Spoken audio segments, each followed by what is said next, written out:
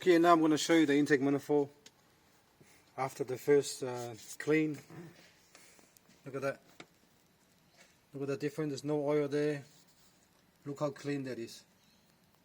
So sorry, this is the second clean. We've done this first. That's the second clean now. So I don't think I can do it one more time. It's pretty much clean. I put a rag in there and wiped it down with my hand. I see the difference. How clean that is. Time consuming, but it's done properly. So same on this side here. Look at that. That's bank 1, cylinder. Sorry, this is bank 2, cylinder 4 to 6. Look how clean it is. Not even one part of oil there. That's what you want. See the intake? See those little bumps there? The holes there, what did they call it? That's for the air. Designed for the air to actually something to do with the actual tumbling of the air, tumbler, and the cooling of the air.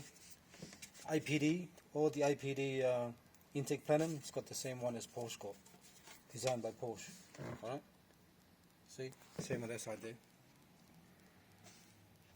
It's just for performance, but right now the intake is nice and beautiful. Alright,